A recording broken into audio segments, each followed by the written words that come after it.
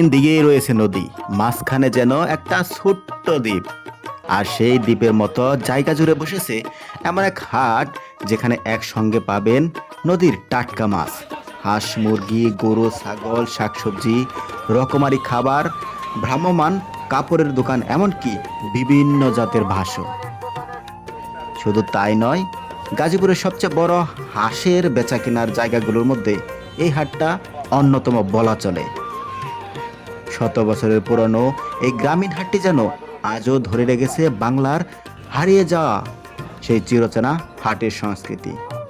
আজ আপনাদের নিয়ে ঘুরে দেখব তুরাগ নদীর কূল ঘেঁষে ঘুরে ওঠা সেই ঐতিহ্যবাহী হাট, যে হাটটি সম্পূর্ণ বটগাছের নিচে।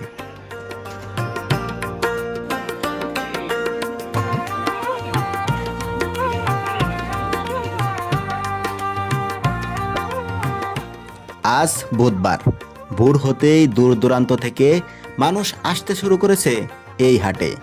কেউ এসেছেন বিক্রি করতে, কেউ ক্রয় করতে, আবার কেউ বা এসেছেন এই হাটের চিরচেনা পরিবেশটা উপভোগ করতে। হাটের চারপাশে তাকালে চোখে পড়বে অসংখ্য বটগাছ, আর সেই বিশাল বিশাল বটগাছের ছায়াতেই বসে পুরো হাটটা। একদিকে নদীর বাতাস, অন্যদিকে মানুষের কোলাহল, সব মিলিয়ে এখানে তৈরি হয় এক অসাধারণ গ্রামীণ আবহাওয়া। শহরের আধুনিক মার্কেটের চেয়ে এই হাটের সৌন্দর্য একেবারেই আলাদা। এখানে কেনাকাটার পাশাপাশি পাওয়া যায় মানুষের সঙ্গে মানুষের আন্তরিক যোগাযোগের এক অন্যতম দৃশ্য।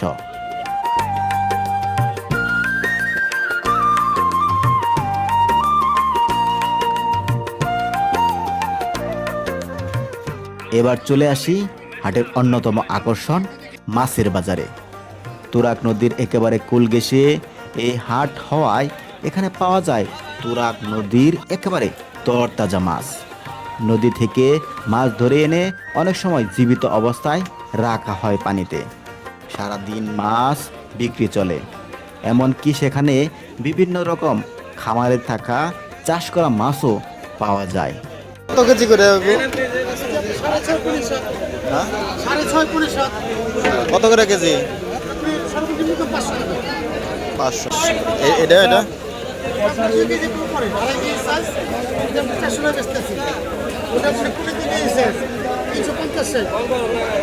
350 টাকা। এগুলা কি খামারে? বড় বড় বিশাল আকৃতির বড় বড় মাছগুলো দেখলেই আপনার মন জুড়িয়ে যাবে, দেখলেই কিনতে মন চাবে। আর সেই সবচেয়ে ভালো বিষয় হলো, মাছ কিনে নিয়ে যাওয়ার আগেই এখানে রয়েছে মাছ কেটে পরিষ্কার করে দেওয়ার সুবিধা। অর্থাৎ মাছ কিনলেই কাটলেন, পরিষ্কার করালেন, তারপর একেবারে প্রস্তুত করে নিয়ে গেলেন বাড়িতে। মাছের বাজারে ঘুরে দেখলে দেখা যাবে ক্রেতা বিক্রেতার দরদাম, মাছের ডাকাডাকি আর তোরাগের বাতাস, সব মিলিয়ে একেবারে জমজমাট পরিবেশ। এখন আসি হাঁস মুরগি। এই হাটে আরেকটি বড় আকর্ষণ হলো হাঁসের বাজার। গাজীপুরের অন্যতম বড় হাঁস বেচাকেনার জায়গা হিসেবে এই হাটের বেশ পরিচিতি রয়েছে।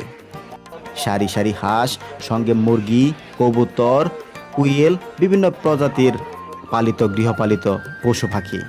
কেউ কিনছেন, কেউ বিক্রি করছেন। আর হাটের অন্য অংশে রয়েছে গরু ছাগলের বেচাকিনা।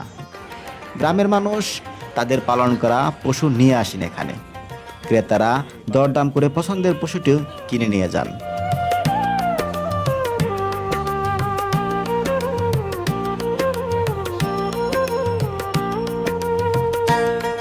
হাট মানে শুধু মাছ, মাংস আর গবাদি পশু নয়, এখানে রয়েছে নানা ধরনের শাকসবজি, ফলমূল এবং রকমারি গ্রামীণ খাবারের দোকান। এই হাটের রুটি মিষ্টি অনেক বেশি প্রচলিত এবং পরিচিত। দূর দূরান্ত থেকে মানুষজন আসে শুধুমাত্র এই হাটের রুটি মিষ্টি খাওয়ার জন্য। হাটের এক জায়গা থেকে আরেক জায়গায় গেলেই বদলে যায় দৃশ্যপট। কোথাও সবজির স্তূপ, কোথাও খাবারের দোকান, আবার কোথাও দেখা যাবে ভ্রাম্যমান পোশাকের দোকান। গ্রামের মানুষের দৈনন্দিন প্রয়োজন প্রায় সব কিছুই যেন পাওয়া যায় এই হাটে।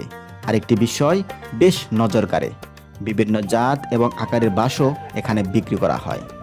গ্রামীণ জীবনে বাঁশের ব্যবহার অনেক পুরনো, তাই হাটে বাঁশের এই বেচাকেনাও যেন বাংলার ঐতিহ্যবাহী গ্রামীণ জীবনের একটি অংশকে আজও ধরে রেখেছে।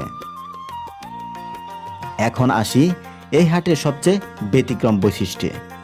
3 দিক দিয়ে নদী ঘেরা এই হাটটি দেখতে অনেকটা একটি দ্বীপের মতো।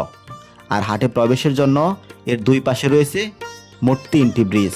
ভাবুন তো, 3 দিকে নদী, মাঝখানে হাট, আর সেই হাটে যাওয়ার জন্য ব্রিজ।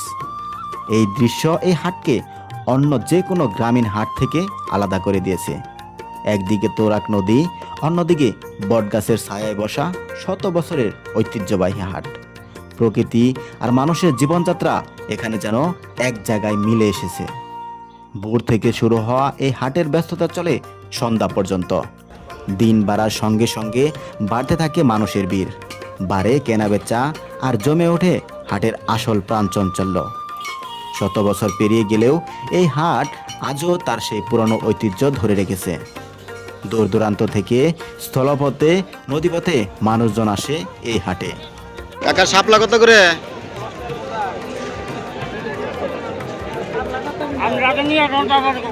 না শুনি শুনি, কত করে মোটা? 30 টাকা করে।